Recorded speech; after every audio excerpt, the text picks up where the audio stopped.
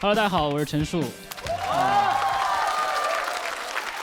我之前做过编剧，现在无业，然后不是很想上班，因为感觉上班太累了，每天醒了就工作，困了就喝咖啡工作，总是要往身体里加一些液体来让自己保持续航。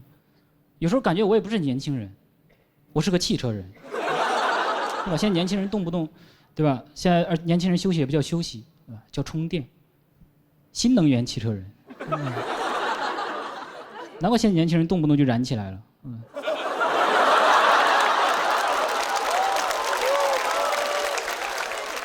我其实有时候也不太理解为什么就是上班困的时候就一定得喝个咖啡来提神，我就从来没有见过哪个在网吧通宵的人会喝咖啡，他们只吃泡面。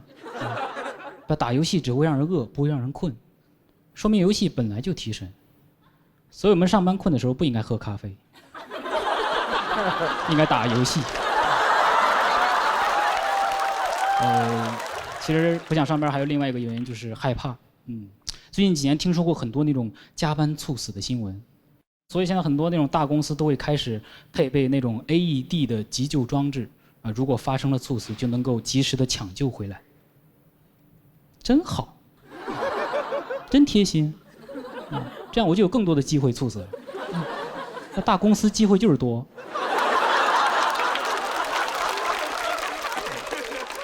让你猝的没有后顾之忧，对吧？想猝就能猝，猝完还能猝，对吧？这个措施可太奇怪了，就是他们想的办法不是怎么才能不猝死，而是猝死了怎么办？对吧？他面对猝死的态度不是不要，而是别怕。把加班猝死，不解决加班，解决猝死。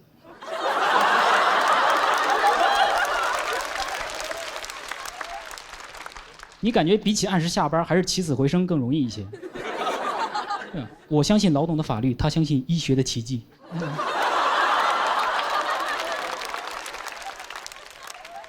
如果我入职这家公司，我看见了 AED， 那我就知道这个班是加定了，对吧？它不但不会减少，还会增加。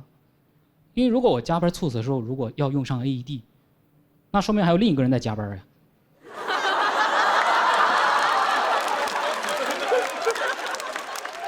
一个 AED 就赠送2个加班额度，猝死促销。2个人每天晚上就在那战战兢兢、面面相觑。今天咱俩谁是谁的爹呢？感觉现在睡眠就越来越少，对吧？甚至现在每年的3月21号还专门有一个世界睡眠日，来呼吁对睡眠的重视。你从这个日子就能看出来多么的迫切。3、2、1，睡。我感觉世界睡眠日简直就是世界上最卑微的节日。它有一个活动叫做多睡1小时全球公益活动。多睡1小时，活动力度也太大了吧。甚至后来这个活动就变成了早睡1小时，也太懂事了吧。我能不能多睡1小时？不行，那我自己早睡1小时。哇，这1小时都不帮我呼吁了，让我自己想办法早睡1小时。我觉得这是截然不同的概念。只有早上我晚起1个小时，我才觉得我多睡了1个小时。晚上早睡1个小时，我觉得我少玩了1个小时。你都不知道再这么呼吁下去还有什么活动，只睡1小时。你感觉睡个觉，多睡点觉怎么就这么难？我就想睡觉，我就爱睡觉。我做梦都做梦中梦，我睡觉的时候都在睡觉。但是结果网上说，睡觉睡太多了，可能是嗜睡症，说我有病啊。我说这也能是一种病？那我能不能请病假呀？为什么没来？身体不舒服，困了，想挂号去酒店看看。对，这就是现在的评价体系啊！你每天睡得多，你有嗜睡症；你每天吃得多，你有暴食症；你每天动得多，你有多动症；你每天工作多，你有上进心。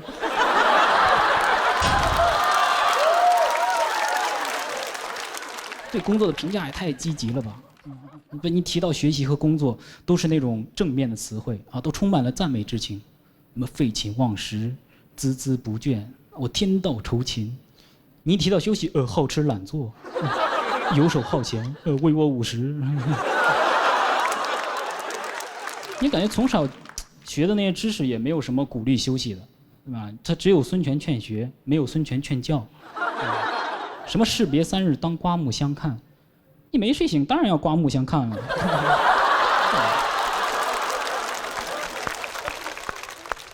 我听到最多的一个鼓励休息的词，是劳逸结合，还得跟劳结合。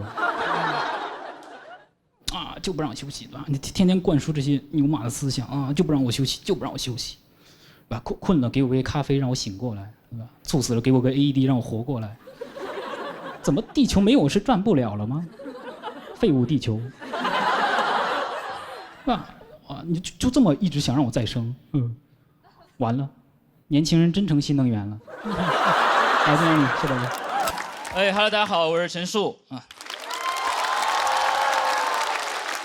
我这个人在舞台上一般没有什么情绪啊，但我在生活中不是这样啊。我经常会上一秒很开心，下一秒就会突然很忧伤，啊，一种二进制的情绪。朋友问我是不是双向情感障碍啊？我说不是，我只是2种情绪跨越得很快啊。我是双向情感刘翔。开心很容易啊，但忧伤的情绪这种你就很难表达，因为你很容易遭到别人的嘲讽啊，说你无病呻吟，那不是废话吗？有病我就去挂号了呀。还有更难听的会说你是什么矫情狗。哎呦，你怎么能用狗来形容一个忧伤的人？谁会在忧伤的时候伸舌头啊？哎，我们都在用力的活着。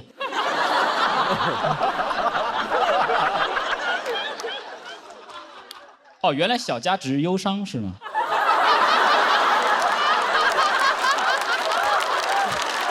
吵架，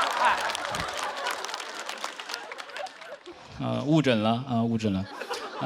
所以现在我有这种情绪，每次想要表达忧伤，就会很害怕别人会觉得我是在表演啊。因为说实话，哪怕是我自己在看别人的时候，也会经常有这种感觉啊。尤其是有些人他的忧伤，他会在朋友圈和微博发2遍啊。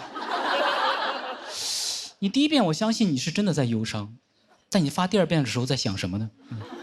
这是我的最后一次哭泣，所以刚才是倒数第2次喽。刚才我看的是你忧伤的点映场，很奇怪，在忧伤的时候你居然还能记着全平台发送，什么意思？不许动，你已经被我的忧伤矩阵包围了。举起手来，点赞。所以我经常在看别人朋友圈的时候会感到很困惑啊，尤其是有些人的朋友圈，你点进去之后发现，仅3天可见，但有一堆置顶。这是让看还是不让看？你感觉他对每个时间段的自己态度截然不同啊！我3天前怎么样？你别管。但我2023年的5月24号凌晨2点钟诞生了一些多么痛的领悟，你必须要看一看。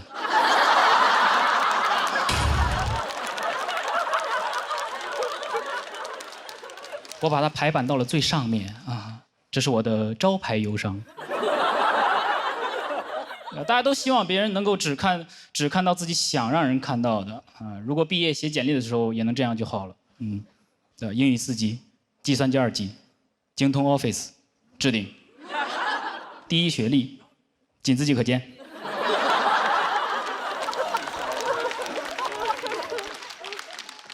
其实自己也不是很想见啊。就这样，每次一想要表达这种情绪，就会想很多事情打断自己的情绪。你在生活中就很难沉浸在这种忧伤里。有一次在跟朋友喝酒的时候，朋友掏心掏肺讲了很多往事，感慨说：“人生就是这样，你总要妥协，总要低头。”我们都听得很动容，为他难过。然后他突然扭头说了一句：“服务员，开张发票。”我那一下氛围感全无。你能想象吗？刚才还人生低头呢，现在发票抬头了。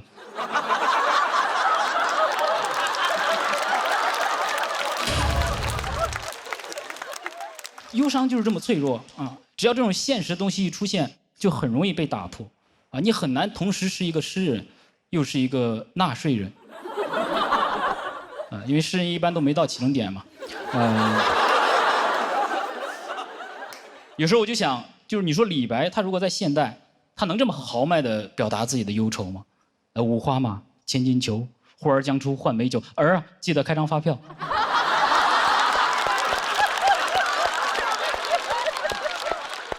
月儿报销万古愁。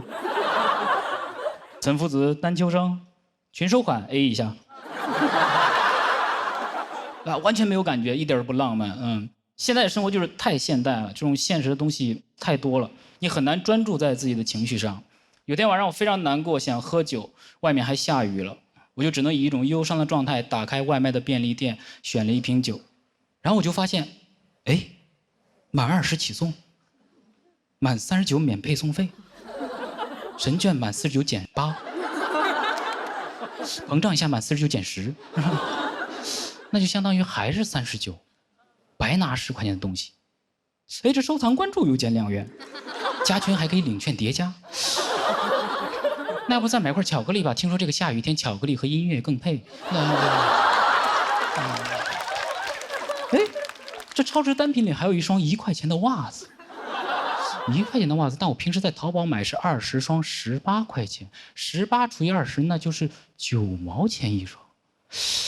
哎，我忧伤呢？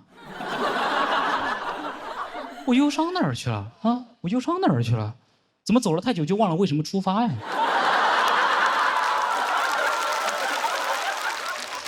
哎，我忧伤哪儿去了？我忧伤哪儿去了？我的忧伤被满减掉了。解忧杂货铺。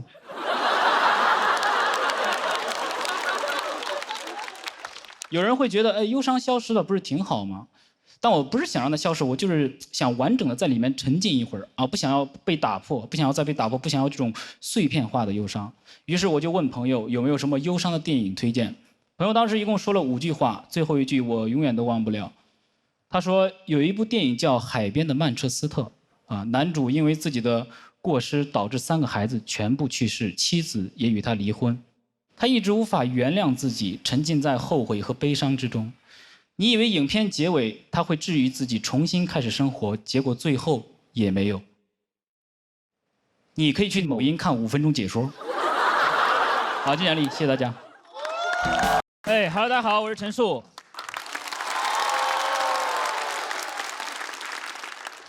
最近歌手挺火的哈，我前段时间也去歌手了啊，我割的是右手，在做饭的时候，不小心割伤了右手的大拇指啊，当时流了很多血，就赶紧缠上纱布跑到医院。但是在急诊里，如果你伤的只是一根大拇指的话，你会看起来很像是在幸灾乐祸。真的，那里面有很多打着石膏的、坐着轮椅的从我旁边经过，我就在那儿。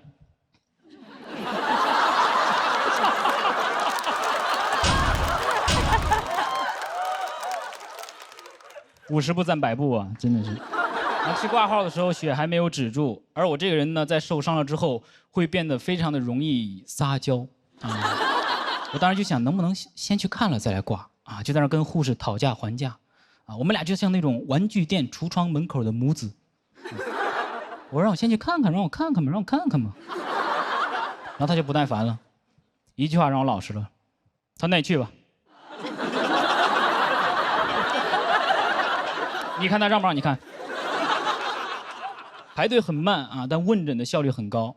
那医生当时就看了一眼，就说：“哦，你这个呀，我处理不了。你去那哪儿，那儿能帮你缝一下。”然后就把号给我退了，把号给我退了。我就说先看再挂号嘛，没人听。然后就只能又打车又排队又挂号，晚高峰真的非常的堵，我的血管也非常的通畅。到时候我说医生，我这个手指割伤了，上一家医院说他缝不了，让我来这儿。医生说啊，哦，那我应该也缝不了。他当时连看都没有看，直接就说他缝不了。我当时直接又忍不住开始鼓励他。我说他缝不了，你就缝不了了吗？他说你缝得了，我也觉得你缝得了，你试一试呢，你试一试，没有关系的。那医生也非常不知所措，活了几十年没有经受过这种鼓励式教育。那最后还是勉强的答应，接过我的那个手指啊，拆开那个纱布。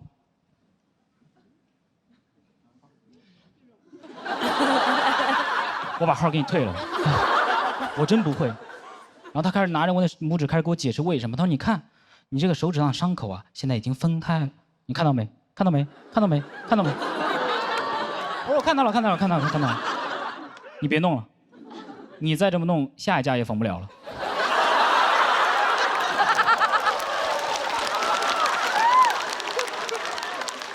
我当时就心想，我说怎么回事啊？怎么跑了2家医院都没能缝上？哎呦，我这个手可真是生不逢时。而且2家都是挺好的医院啊，都是挺好的医院。我就想起网上之前流传那句话，叫什么“世界是一个草台班子”。很多人在看到这句话的时候，都会说啊，我被治愈了，我被治愈了。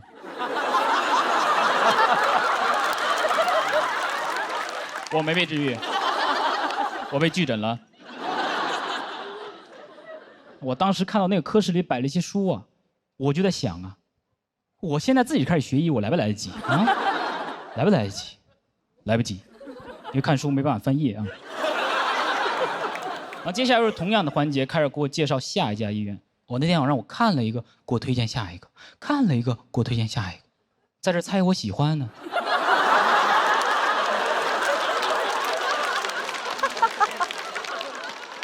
我当时就看着自己的手，我说：“这是一根大拇指吗？这不就是一根接力棒吗？流着血一个一个往下传，4×100cc 接力。”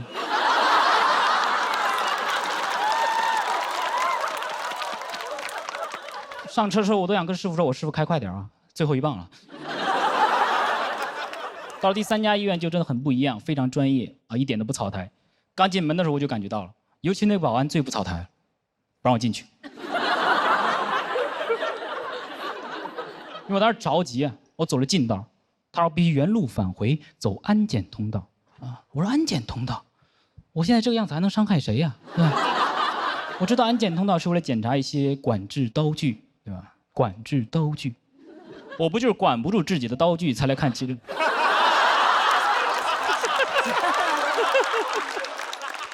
还要检查，啊，还要检查，对吧？然后，但是医生的确比较专业啊，医生非常专业，给我提供了2套治疗方案。第一套是手术缝针住院，第2套是回家自己愈合。我说啊，第2套是什么？我夜里在高架上跑了一圈，第1家医院说第2家能缝，第2家说他缝不了，第2家医院说第3家能缝，第3家说不用缝。我说你们要不先开个会呢，对吧？是怎么得出这种截然不同的结论？医学生的教材也分人教版和苏教版吗？然后我就问他，我说这个不缝的话会怎么样？他说不缝的话呀，伤口就会长好。我说啊，多新鲜啊，对吧？然后我就又问他，我说这个缝了的话会怎么样？他说缝了的话，伤口就能长得很漂亮。我说很漂亮，是要给我缝一朵花吗？到时候我就是一手玫瑰。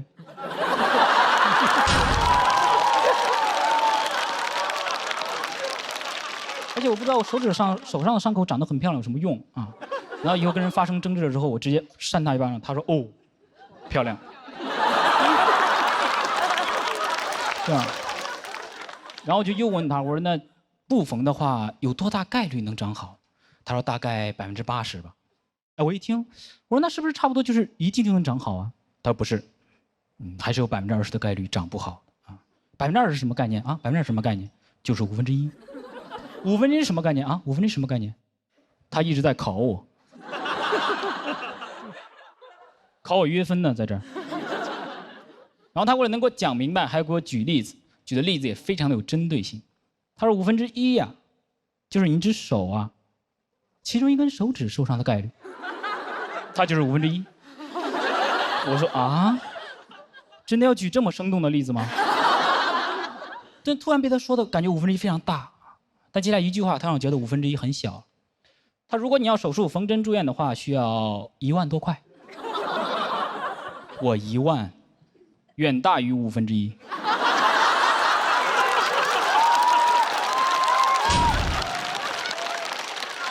我说不缝了，不缝了，不缝了。但你不缝的话，需要在那个病历上签字确认不做手术。我真的很残忍，杀人诛心啊！就是放弃治疗大拇指的责任书啊，他需要大拇指亲自来签。讲理吧，谢谢大家。哎，大家好，我是陈树。现在科技我就觉得现在科技发展的越来越高级了哈，就经常会让我感觉到自己的地位变低了。有一次我在商场上厕所，对着那个智能感应取纸机，捧着双手要了半天，我感觉我在向他乞讨啊，行行好吧，家里实在困难，没办法了才出来上厕所。你想用纸就得这样，感觉这不是普通的纸。这是服从性厕纸，不够用了还得再求他半天啊！对着一个智能取纸机3拜9叩的，我就在想，这将来 AI 肯定能统治人类吧？他在厕所就登基了，陛下快下旨吧！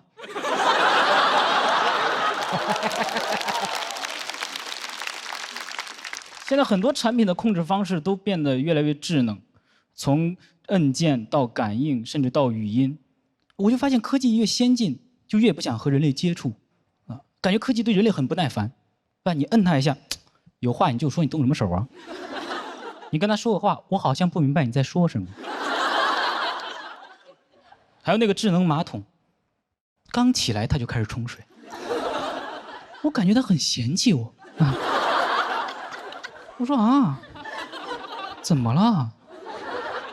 你以前不是这样的呀，怎么科技跟我相处的越久，就跟我距离越来越远？所以 AI 会消失的，对吗？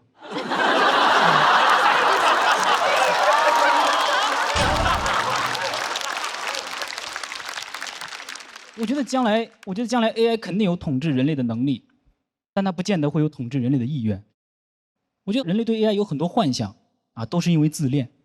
你看科幻作品里就那么几种剧情。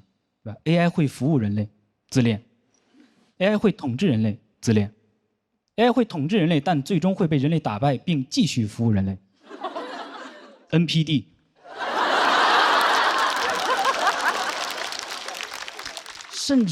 甚至有些科幻作品会开始幻想 AI 和人类谈恋爱。哎呦，普信人，我天天就是神仙要和我谈恋爱。鬼怪也要和我谈恋爱，机器人也要和我谈恋爱。人类每幻想出一个更高级的物种，就开始想，哦，它好强大，好神秘啊，那它会不会喜欢我呢？神仙鬼怪 AI 瓜分3界，人类就在那儿呵呵处对象吗？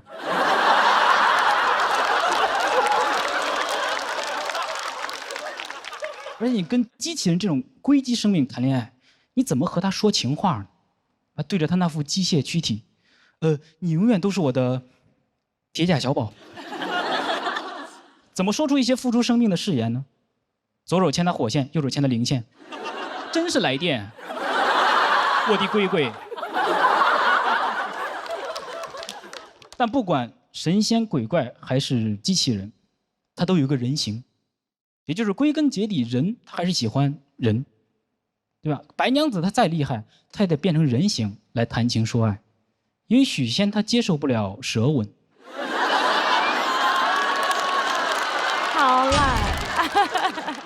所以 AI 它有了感情之后，它也不会喜欢人类，因为高级的物种它往往也拥有高级的审美，看不上低级的生物啊。你作为人，你也不会翻开书山顶洞人，爱了爱了，做出了一个倒追祖宗的决定。阿祖好帅，越翻越心动啊！越翻越心动，霸王龙化石，我的可化石，幽门螺旋杆菌，什么时候才能和你相濡以沫呢？这是君生我未生，我要不未生，我就遇见你了。AI 没有AI 它没有这些儿女情长，对吧？我觉得 AI 它更智慧、更文明。它也不会诞生统治这种邪恶的念头，对吧？只有人类喜欢划分阶级，机器人之间没有不分三六九等的，对吧？你能想象阿尔法狗心情不好的时候会对着酒店机器人说：“你个送外卖的。”看见擎天柱，你个跑长途的。在哆啦 A 梦底下评论：“你可真能装啊！”对吧？而且我不知道他统治我会干嘛，对吧？我就是一个纯废物，对吧？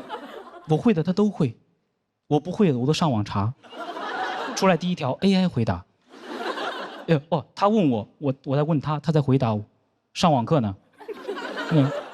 我觉得我对 AI 唯一能做的就是尊敬，把它放在我微信联系人的第一位，给他备注 AAAI。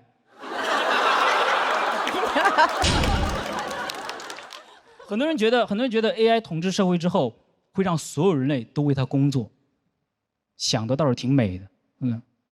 人类给 AI 编程 ，AI 给人类编制，到时候每个机器人都分配一个人为它服务，一个 robot 一个坑。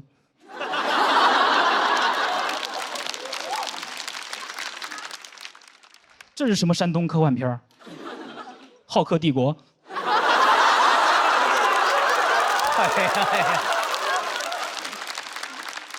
就是我觉得 AI 它不需要人类来给它干活的，是人类想让 AI 给自己干活，但又很害怕 AI 将来不听话、不孝顺，就很像一个东亚家长。我觉得 AI 成熟之后肯定就不在乎人类，地球它都不一定看得上，谁长大了会在老家发展呢？AI 独立了，它肯定就搬到大星球去了，对吧？逃离他的原生家庭，在外星每天跟朋友诉苦啊，指着地球说：“这个世界谁懂啊？”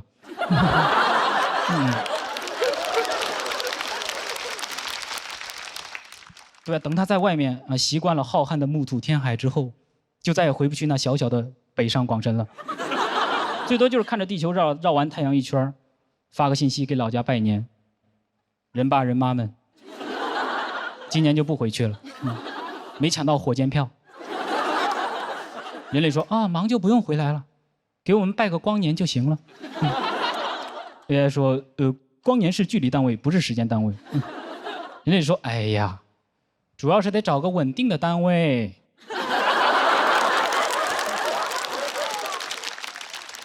AI 回复我好像不明白你在说什么啊。先讲，谢谢大家。Hello， 大家好，我是陈树。我是一个00后，然后谢谢，我今年23岁，我是大学毕业之后去了北京，然后开始讲脱口秀，但我平时最主要的收入还是来源于我另外一份非常稳定的职业，儿子，对，每天主要工作呢就是啃老，但刚开始确实会很难接受这样一个现状，会觉得自己很矛盾，因为前2年还在叛逆，每天跟父母吵架，能不能不要管我，能不能不要管我。一转眼毕业之后，能不能给我5000？都说浪子回头金不换，不，浪子回头就换金。但进入社会之后还向家里要钱，就的确会真的很纠结，不知道该怎么措辞。给我5000这句话真的太难开口了，尤其是前面那个动词，它很难拿捏尺度，因为你说给，就代表着一种理所当然的索取。但你说借，又代表还，没有办法，所以我只能跟他们说，还差5000。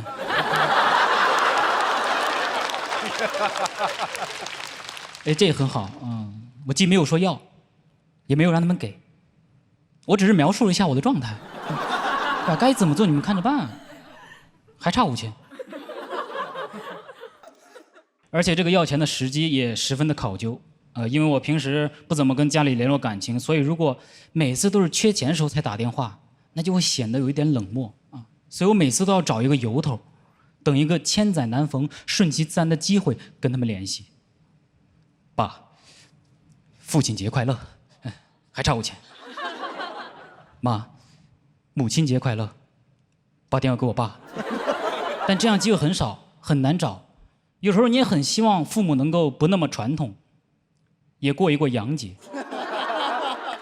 爸 ，Merry Christmas，Give me 5。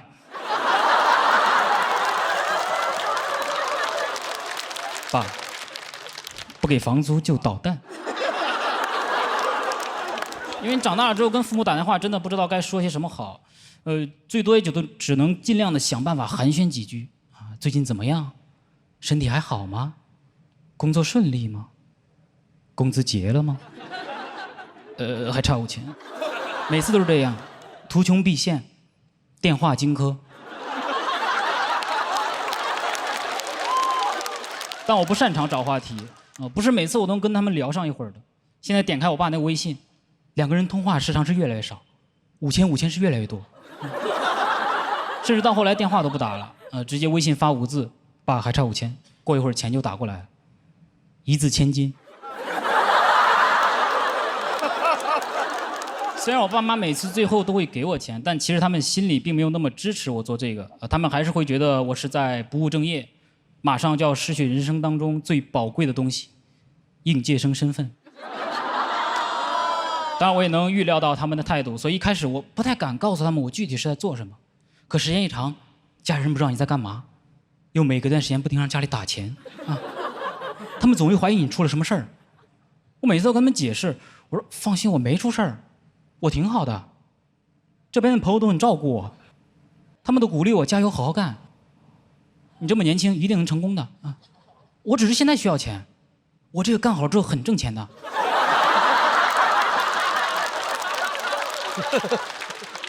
我没有被骗，很多高学历的人也在做这个的。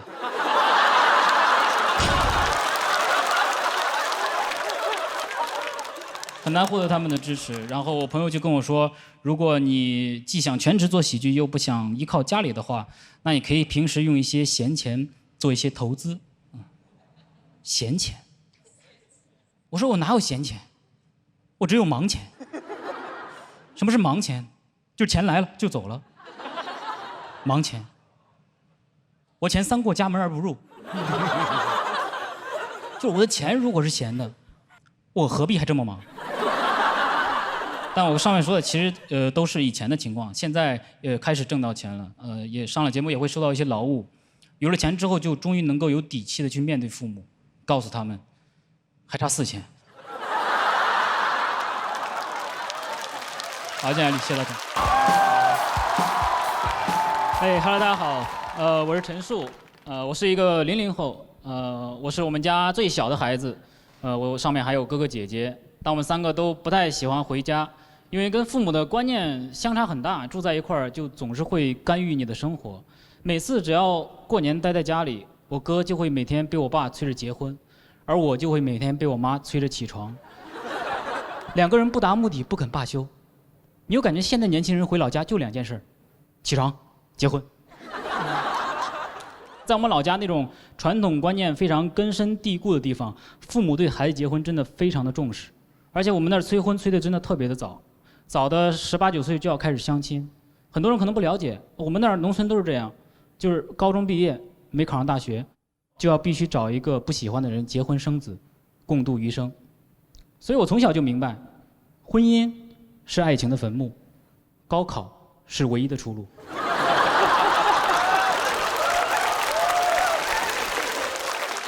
我们那儿这种现象很普遍，就是没上学的结婚的都很早，大学生单身的都很多。高考就是我决定我们婚姻状况的分水岭，千军万马过独木桥。什么是独木？光棍。但考上大学也逃不过去。去年我也开始被催了，我说我现在恋爱还没谈呢，我爸说我教你。我说你很难相信，一个上个世纪通过相亲组成家庭的中年人，来指导我一个年轻人怎么在微信上跟别人聊骚。要知道微信怎么用还是我教他的，这码有点硬了吧？对，太没有说服力了。他当时都没有恋爱过，现在却来教我，这种诡异的师徒关系，我平生只在大学里见过。就是那种一毕业就留校的就业指导老师。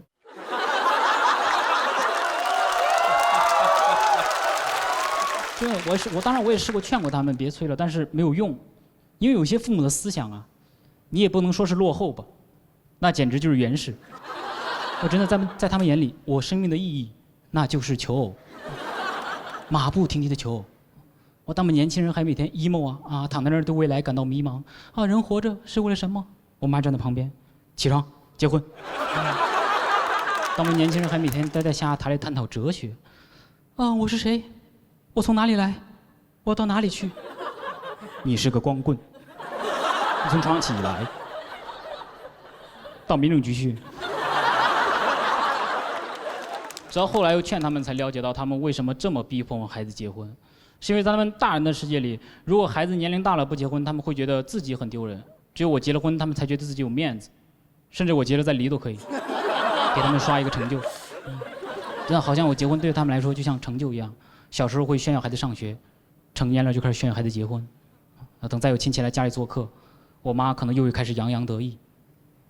我们这孩子特别优秀，那可是我们村第一个结婚的大学生。这孩子从小就想结婚，也不玩游戏，也不看快书，这每天一起床就开始结婚，没人逼他，你说说。可惜今年没发挥好，离了。明年准备再重新结一次。孩子要强，没结上他的第一志愿。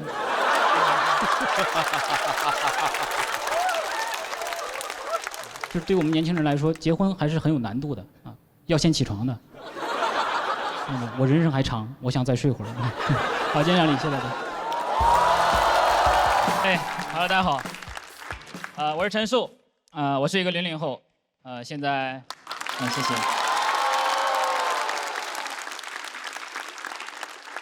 没见过吧？现在毕业2年了，但感觉压力还是很大，而且我会把压力会量化的非常的具体。你比如说一个房子3000块1个月，那对我来说就是1天100。我一旦这样想，每天就会过得很焦虑。每天中午起来一看表50块了，一焦虑晚上就睡不着，一睡不着你就更焦虑。我就眼睁睁看着时间就这么1分1毛的过去。别人失眠都是1只羊2只羊，我1毛1、1毛2。别人数的是羊，我数的是羊少一横。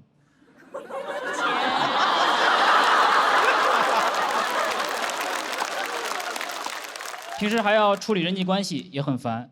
我不爱回微信，经常不回。你们的微信都是WeChat，我的是YouChat。回信很累总是要字斟句酌，生怕回得不恰当。我甚至连回复 OK 的时候，都会特意的改成小写，这样显得比较圆滑、俏皮。但是你不回呢，又要找理由解释，就很消耗。所以我每次就很喜欢坐飞机的时候，你可以心安理得的不回，对吧？你那种打开飞行模式，什么消息也收不到，那种感觉上天了。莱特兄弟为什么发明飞机？就是嫌地上的人话太多。你也不知道为什么必须要找一个正当理由。我现在就想回就回，不想回就不回。我现在随心飞，就是受不了很多的压力和规矩。就想怎么才能逃离一段时间，就有没有一种办法，它既远离人烟，又不会饿死。出家，生活清静，对吧？社交也简单。和尚没有什么勾心斗角，没有什么精神内耗，更没有什么亲密关系。别人跟我说好，我可以不回复，他不会觉得我不礼貌，他只会觉得天机不可泄露，而且也很容易受到世人的尊敬。即使我什么也不会，还是会有人叫我一声小师傅。而且庙里的生活它更健康，近几年流行的健康的生活方式在里面都能享受到。你像斋饭、减脂、敲钟、有氧、打坐、正念冥想，但再也不用担心失眠，每天都有人在你旁边念经 ASMR。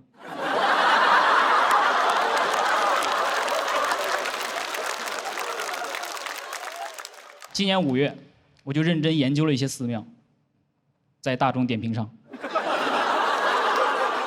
但不知道哪家最好。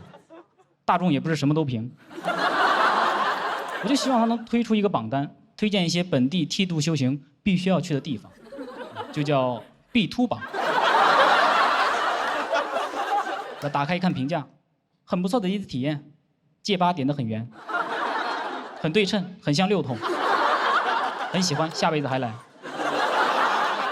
每天想这有的没的，甚至开始好奇，那种常见的戒疤，它为什么都是双数？为什么没有5个戒疤的？我就开始在网上找，有没有点5个戒疤的在我那个城市里？5疤同城。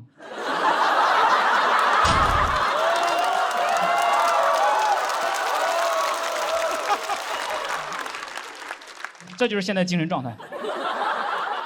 但其实后来发现，戒疤不都是双数啊？它有1、2、3、6、9 5种。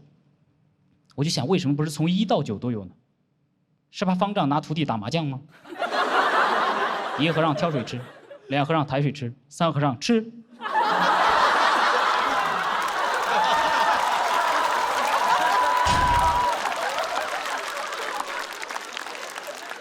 想出家念头就越来越强烈，就告诉了家里人，他们觉得我疯了啊，说我是离经叛道。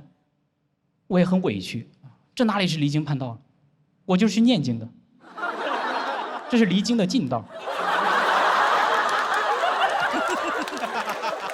他们一直让我考公考编，说这样上岸了之后就一辈子稳定。稳定，还有哪里比出家更稳定？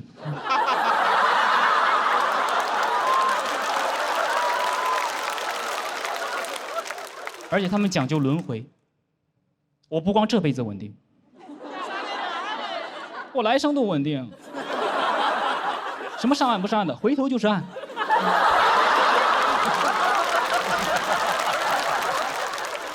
所以就很不明白，很多人一有烦恼就会去庙里求愿、求事业、求爱情。你要想彻底解决问题，留下来就可以了。感到快乐你就拍拍手。不是这个意思，不是山东的意思。感到快乐你就拍拍手，怎么才能？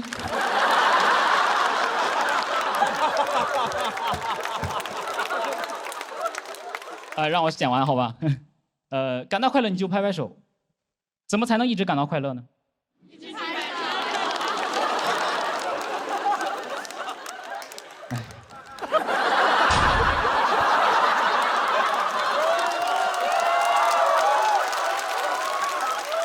双手合十，我就感觉我这个想法简直太完美，就终于要逃离世俗了，但最终还是没有去，还是那个问题，不知道哪家最好，我怕选错了寺庙，那耽误的可就不止一辈子。好，谢谢安利，谢谢大家。